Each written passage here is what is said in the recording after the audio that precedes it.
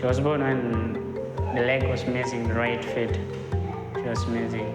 It was very difficult for her to walk, to play also with the other children. She can be lonely. But when she was given the leg, she was able to run with others, play with others. When we give a child a prosthetic limb, we're allowing them to walk, we're allowing them to go to school, and we're allowing them to participate in their family and community lives. There's thousands of children in Uganda in need of prosthetic devices. In a place like Uganda, there's a huge lack of prosthetists. In fact, we believe there's probably 12 prosthetists to serve the entire country. For over the past decade, we have known that there's a shortage of 40,000 prosthetic technicians. It would take another 50 years just to train 18,000 more. For Kosu Hospital, one of the challenges we have is the length of time it takes a technician to produce a prosthetic device. It's a long procedure, casting, filling, modification, molding. For it, you have to really concentrate.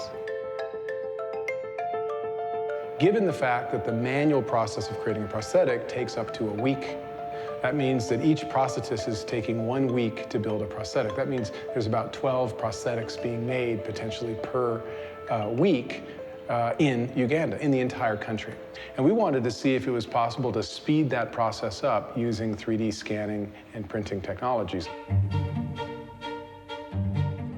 We've basically created a process which mirrors, in many cases, the manual process, just in a digital environment instead of in a manual environment. Instead of plaster casting, we use a 3D scanner to capture the external shape of that residual limb. Instead of rectifying that shape by adding or subtracting plaster, we use 3D modeling software to basically add or subtract those materials.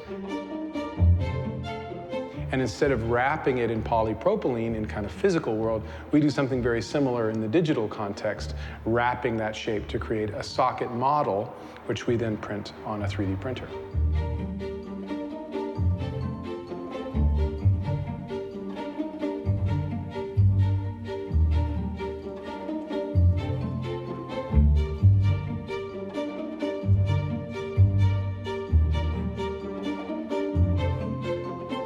So we've tried to kind of parallel or conserve aspects of that manual process into the digital process to also facilitate the transfer of knowledge and the growing expertise of prosthetists that are already skilled.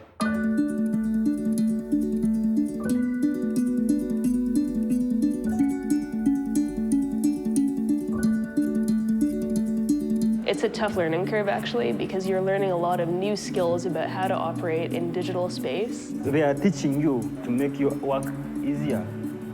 Like you take short time doing your work now. It's like you're developing from what you already know to another stage. With this method, we could easily save 80% of the time in producing a device. That would mean that although there's a shortage of technicians in Uganda, at least for the technicians we have, we can use them more efficiently. Imagine that a patient who needs a socket, rather than spending a whole week here, they may only have to spend 1 day here. This technology also is good. I know it can help my sister when she has grown.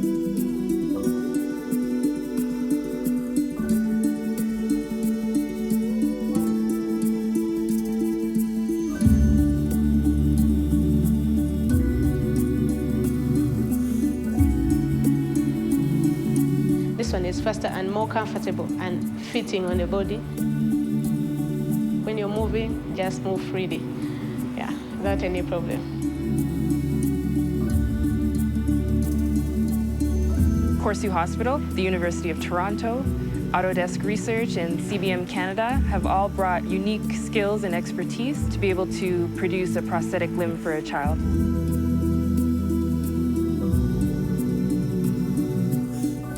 By bringing those different groups together, it increases our capacity to truly intervene in these, what we might call real wicked problems in society.